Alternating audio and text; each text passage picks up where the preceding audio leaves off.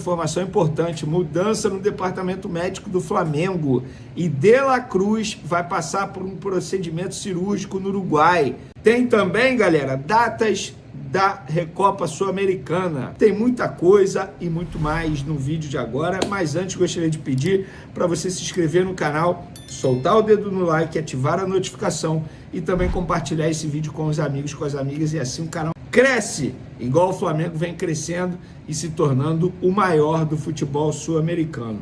É isso mesmo, o maior do futebol sul-americano é o Flamengo no momento. A verdade dói para muitos, mas essa é a verdade. Vamos para as informações?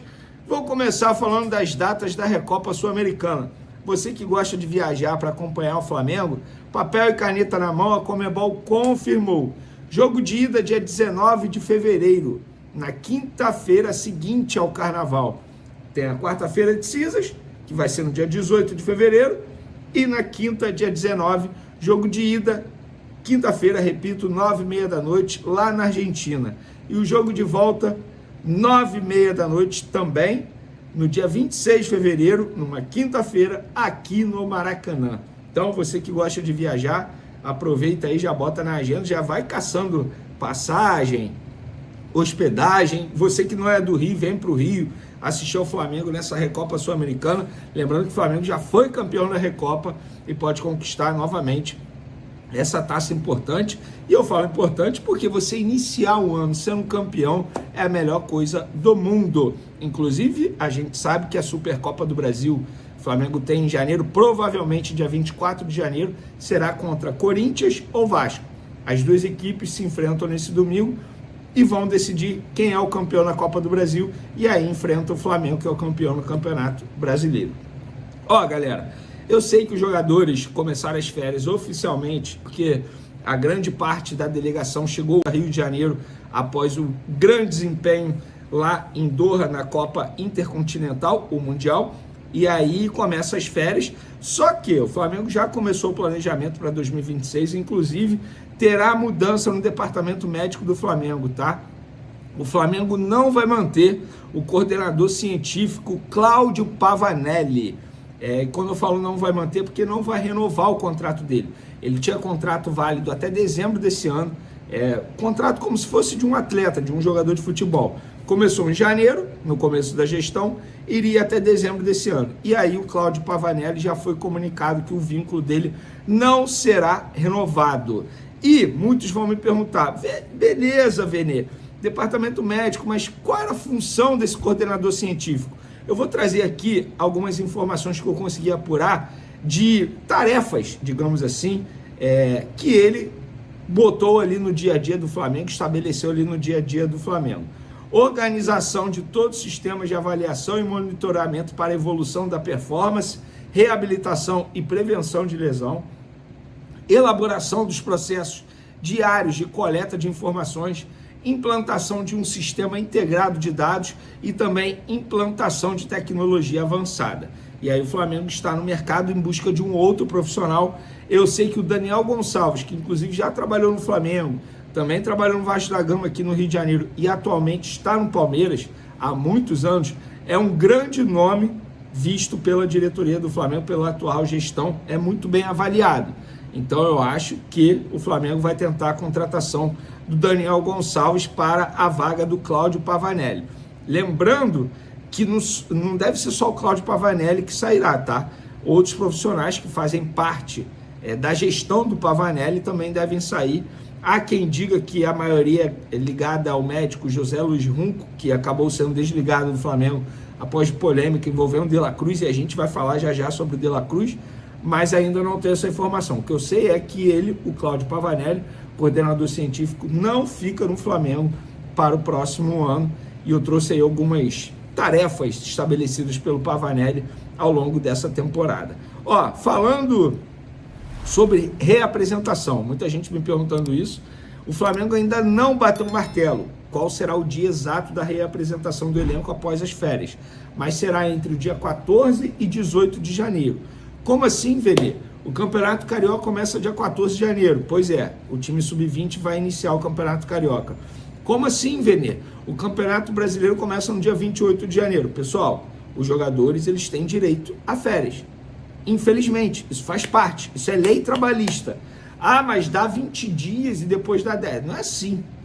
É algo que é estabelecido após uma reunião e aí eles vão bater o martelo. Então vai ser do dia 14 ao dia 18.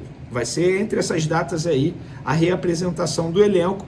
Lembrando, o Flamengo tem início do Campeonato Brasileiro no dia 28 de janeiro contra o São Paulo, lá em São Paulo. Dia 24 de janeiro, provavelmente, a Supercopa do Brasil. E dia 14 de janeiro será início aí do Campeonato Carioca, mas repito, será o Sub-20 que vai começar essa competição.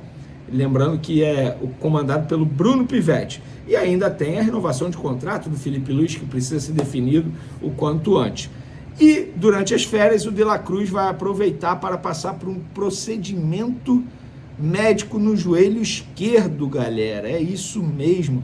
Ele tem um problema crônico no problema direito, no joelho direito. Só que, vocês sabem, quando você tem um problema em um joelho, entre aspas, acaba forçando o outro, ou vice-versa. Foi o que aconteceu com o De La Cruz. E aí ele estava sentindo muitas dores no joelho esquerdo. O que vai acontecer? Esse procedimento não é cirúrgico, tá? E ele vai fazer no Uruguai, com médicos da confiança dele. Como que vai funcionar esse procedimento? É uma abordagem, me explicaram lá no Flamengo, que é uma medicina regenerativa, que usa substâncias do próprio corpo, de uma outra parte do corpo, e utiliza para curar a respectiva lesão, no caso do De La Cruz. E com o De La Cruz, o que eles vão fazer? Eles vão tirar o sangue do osso do quadril para aplicação no joelho esquerdo. O departamento médico do Flamengo está em contato com os profissionais que farão esse procedimento, que é não cirúrgico. E o De La Cruz será liberado no mesmo dia desse procedimento e não vai influenciar na reapresentação dele ao Flamengo após as férias. E para quem me pergunta, a pré-temporada vai ser no Ninho do Urubu. Nos 2 últimos anos, a pré-temporada acabou acontecendo nos Estados Unidos, mas esse ano será no Ninho do Urubu por conta, obviamente, até do calendário, porque o Flamengo não tem muito tempo para se preparar para o início das competições em 2026 e, repito, com taças a disputar. Supercopa, Recopa, início do Brasileiro, galera. Brasileiro é novamente a prioridade do Flamengo, junto com o Libertadores, obviamente, e não tá para você descartar um jogo como esse na estreia contra o São Paulo, que a gente sabe que é sempre um forte candidato a muita coisa no futebol brasileiro, um time enorme. E aí você tem que respeitar. E se você quiser brigar por títulos, cada ponto é importante. Estrear com uma vitória é extremamente importante. Nossa, os jogadores não terão muito tempo para se preparar. É verdade. Ossos desse calendário terrível do futebol brasileiro, que vai ser pior ainda porque tem Copa do Mundo ano que vem. E aí o futebol para durante a Copa do Mundo, será um calendário muito difícil. E para isso o Flamengo precisa fazer reforços. Está no mercado em busca de reforços. A ideia é diminuir a média de idade do elenco, que é considerada alta, quase 31 anos, e de fato é alta mesmo. E como faz isso? Você precisa ter a sagacidade e a competência de fazer boas contratações essas com potencial para render dentro de campo e também futuramente com venda. Exemplo, Samuel Lino é um bom nome, é um nome que vai agregar bastante ainda ao Flamengo e ele tem poder de revenda. Não adianta trazer jogadores como o Jorginho, só como o Jorginho, entre aspas, em fim de carreira com uma idade avançada. Jorginho, para mim, foi a melhor contratação do futebol brasileiro, não só do Flamengo. Mas a gente sabe que também é importante ter esse equilíbrio na média de idade. Boa noite, Felipe. Carlos Gil aqui, Globo Sport TV. Queria te ouvir como você avalia até a participação mental do time que soube se recompor em diferentes momentos da partida, né, de um início ali em que o PSG chegou a fazer um gol, depois é anulado, o PSG faz 1-0, o time volta para o segundo tempo, consegue o empate, tem toda essa descarga emocional de jogar uma prorrogação, de ir para pênaltis. Então, a tua avaliação dos teus jogadores do ponto de vista de entrega psicológica, foi tudo aquilo que você esperava, e com essa sessão de aplausos, da tua sensação pessoal também, de ser recebido com aplausos mesmo depois de não ter conquistado o título, que obviamente você e todos queriam muito. Obrigado. Muito triste por perder, né? Não gosto de perder, não gosto de dessa sensação, mas ao mesmo tempo muito orgulhoso dos meus jogadores. O que eles fizeram hoje é histórico para mim. É claro que estivemos tão perto, né? Disputa de pênaltis, mais perto que isso, contra uma equipe desse nível, muito difícil. Mas não foi possível. Mas a parte mental eu já sabia. Esse time mentalmente é muito forte, sempre foi durante todo o ano, todas as finais, em todos os momentos da competição, quando a equipe mais precisou, esses jogadores responderam. Não ia ser diferente hoje. Lutou por cada bola, por cada centímetro, por cada espaço no campo, contra uma equipe simplesmente maravilhosa. De admirar como a forma que eles jogam, como eles jogam, bons que eles são, e o treinador, o bom que ele é. E por isso que eu dá mais orgulho ainda do que meus jogadores fizeram, não só hoje, senão durante toda a temporada. Eu me sinto muito orgulhoso deles. Boa noite, Felipe Luiz, Chico Moedas, Casé TV. Primeiro, te parabenizar pelo ano novamente, por essa partida também. A gente sabe que era um grande desafio. Na partida contra o Bayern no Super Mundial, a gente percebeu uma diferença maior do que hoje do Flamengo enfrentando o PSG. O que você enxerga que fez o Flamengo conseguir atuar melhor nessa partida de hoje? Se você puder falar também, se não puder, tudo bem. O que você falou para os jogadores, para esse grupo no vestiário? Obrigado. Eu não concordo tanto com que o Bayern fez os gols no começo, 2-0. E aí o jogo, mas mesmo assim nosso time conseguiu se recompor, tentou jogar em todo momento e conseguiu até em vários momentos do jogo tirar a posse de bola do Bayern. E hoje simplesmente quase impossível tirar a posse do Paris. É um time que perdeu a posse uma vez para o Bayern de Munique no Mundial e 2 vezes na semifinal da Champions do ano passado, o PSG do Luiz Henrique, que contra o Arsenal, que foi 51-49. São muito bons, jogam muito, tem muitas variações táticas, se mexem de uma forma que você perde todas as referências. São um time excelente. Conseguimos com as nossas armas neutralizar um pouco esse ataque letal que eles têm, mas não foi suficiente para vencer, sim, para poder igualar esse encontro, tentar parar esse ataque, como eu falei, tão letal, e conseguir empatar o jogo no tempo normal. Hi. Good evening. Amer from Watania. Actually, good game, coach, and Flamengo was very near from the title. And I felt like let's say the goalkeeper of PSG make it like so hard for Flamengo. Actually, what makes hard, like the goalkeeper or the team or tactical or what? Thank you, coach. Well, hard against PSG, everything is hard. They have an amazing squad, and for me, the best coach. Not just for me, he won the prize yesterday, the best coach in the world. And the way they behave tactically is amazing, amazing. It's a masterpiece. So I'm a huge fan of Luis Enrique, and also the quality of the players of PSG. They play fantastically, and they deserve to win everything they did. They won, and the goalkeeper is also good. So we went far. We went to the penalty kicks, and that's little details, and we lost. But that's okay. I'm really proud of my team. Question in Arabic. أولا يوسف شريف من قناة النهار الجزائرية. كوتش، شاهدنا فريقك دخل في الشوط الثاني بمستوى جيد وكان الطرف الأفضل في هذه المباراة. نود أن نعرف ما هي النصائح والملاحظات الذي قدمها فيليبي لويس للاعبيه حتى تغير الأداء بذلك الشكل. سؤال ثاني: متى يمكن أن نرى المدرب فيليبي لويس مدربا في الدوريات الأوروبية الكبرى، خاصة بعد بداية مشوار رائعة تدريبية رائعة مع الفرق التي دربها لغاية الآن، أم أنك لم تتلقى العرض المناسب لحد هذه اللحظة؟ شكرا.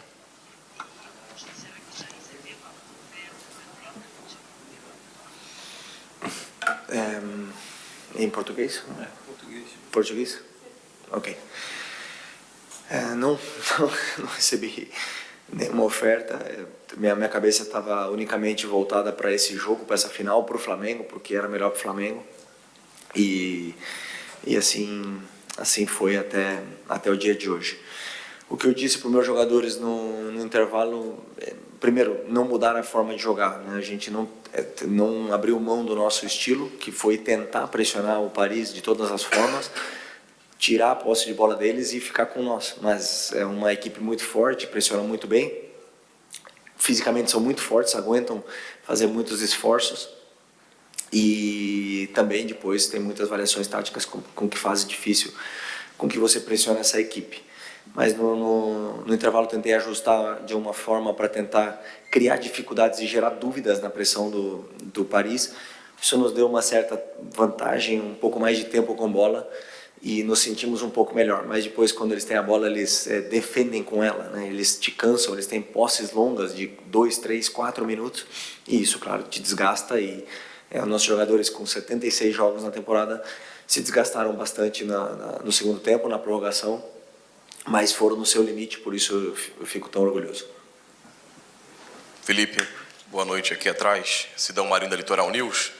Foi uma baita temporada, né, de altos e baixos, mas uma das maiores temporadas da história do Flamengo. E hoje a sua equipe esteve muito, muito, muito perto de levantar o mundo de novo, né, acabou perdendo nos pênaltis. Queria a sua avaliação, tanto da parte sentimental, mas também do que foram as cobranças dos jogadores. E em cima dessa derrota que o Flamengo teve, mas jogando muito bem, a gente sabe que você tem uma ambição muito grande. Dá para dizer que o Felipe Luiz permanece no ano que vem para buscar novamente uma grande temporada e, quem sabe, esse Intercontinental Mundial? Obrigado. Primeiro, foi uma temporada realmente incrível, como você falou. Foi uma temporada mágica, histórica. Jogadores entraram para a história do Flamengo eternamente, né? Teriam entrado mais ainda se as cobranças tivessem caído para o nosso lado, na qual a linha é muito fina, né? Mas esses jogadores, eles são históricos, todos eles, todos os que fizeram parte desse plantel tiveram sua participação e colocaram seu nome na história, e é um grupo muito vencedor, muito ambicioso, e não tenho dúvida que vai continuar com a mesma ambição no ano que vem. Sobre o futuro, ainda não é um momento de... estou ainda com o luto do jogo, mas não depende só de mim, e esperamos que nos próximos dias se arrume. Felipe, Letícia Marques, aqui do GE. Em cima um pouco da questão das cobranças, né? Sei que já estava na prorrogação, você já tinha feito as 6 substituições, mas queria saber como é que foi a conversa para decidir os batedores, a ordem, como é que foi esse momento ali? Como sempre, os jogadores que estão disponíveis são os que treinam. Dos 10 que estão disponíveis, 11 contando com o Rossi. Eu conheço os que treinam melhor, os que pedem para bater, os que estão com mais confiança, e a ordem eles escolhem como se sentem mais confortáveis. E naquele momento, os jogadores que estavam no campo, na minha visão, eram os melhores para bater. Mas esqueçam os pênaltis. Pênaltis poderia ter... Eles erraram 2, e infelizmente nós erramos 4. É muito difícil bater pênalti, tem que ter muita coragem para bater pênalti. Tem que ter muita coragem para bater pênalti para 50 milhões de torcedores. E é só o que eu fico, orgulho. Mas eu errei já vários pênaltis. Gostaria muito que não se falasse dos pênaltis e falasse sim do esforço que esses jogadores fizeram durante toda a temporada, numa temporada histórica.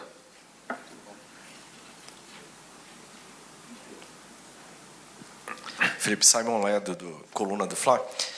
É óbvio que chover numa olhada a gente falar sobre a temporada, que realmente foi linda, todo mundo, a torcida reconhece isso pelo que a gente tem visto em rede social. Em coletivas recentes aqui você falou até, eu não esqueço de algumas cobranças, talvez até por parte da imprensa, mas de boa parte da torcida em algum momento. Mas agora o que a gente tem de entendimento, pelo menos o que eu tenho percebido nas redes sociais, hoje seria um plus, né? Fica esse gostinho amargo, claro, na garganta, porque a gente chegou muito perto, mais do que talvez a maioria esperasse, mas a temporada como um todo foi maravilhosa. Eu ia perguntar sobre os pênaltis, o que conta mais? Você falou que não quer falar dos pênaltis, mas é porque tem gente que fala que pênalti é loteria, outros acham que é mais preparo mental, outro é preparo técnico mesmo. Na sua opinião, existe só uma definição melhor? Porque realmente é estranho ver um time que perdeu 2 sair vencedor, né? A gente esperava que com a derrota, a perda dos 2 pênaltis do PSG, eles fossem os derrotados hoje? Os pênaltis, os goleiros estudam, os analistas estudam, os treinadores de goleiros estudam e passam detalhes para os goleiros, e provavelmente o goleiro hoje do PSG deve ter estudado muito bem, só simplesmente por ele esperar o pênalti do Pedro, por ele ficar no meio no pênalti do Léo. Parece que ele viu o nosso treino ontem. Então, realmente, mérito. Parabenizar o Paris, que não foi só campeão nos pênaltis, eles fizeram uma temporada fantástica também e mereceram. Então prefiro parabenizar o Paris, parabenizar o goleiro do Paris, que pegou todas essas cobranças e fez a equipe dele ser campeão. صموئيل صابر، جريدة الخبر اليوم مصر. في البداية أرجو لا تحزن، فأنت أتيت إلى قطر وحصلت على بطولتين وخسرت الأخرى. فهل لاعيبة فلامينج لم يستعدوا جيدا لركلات الجزاء الترجيحية؟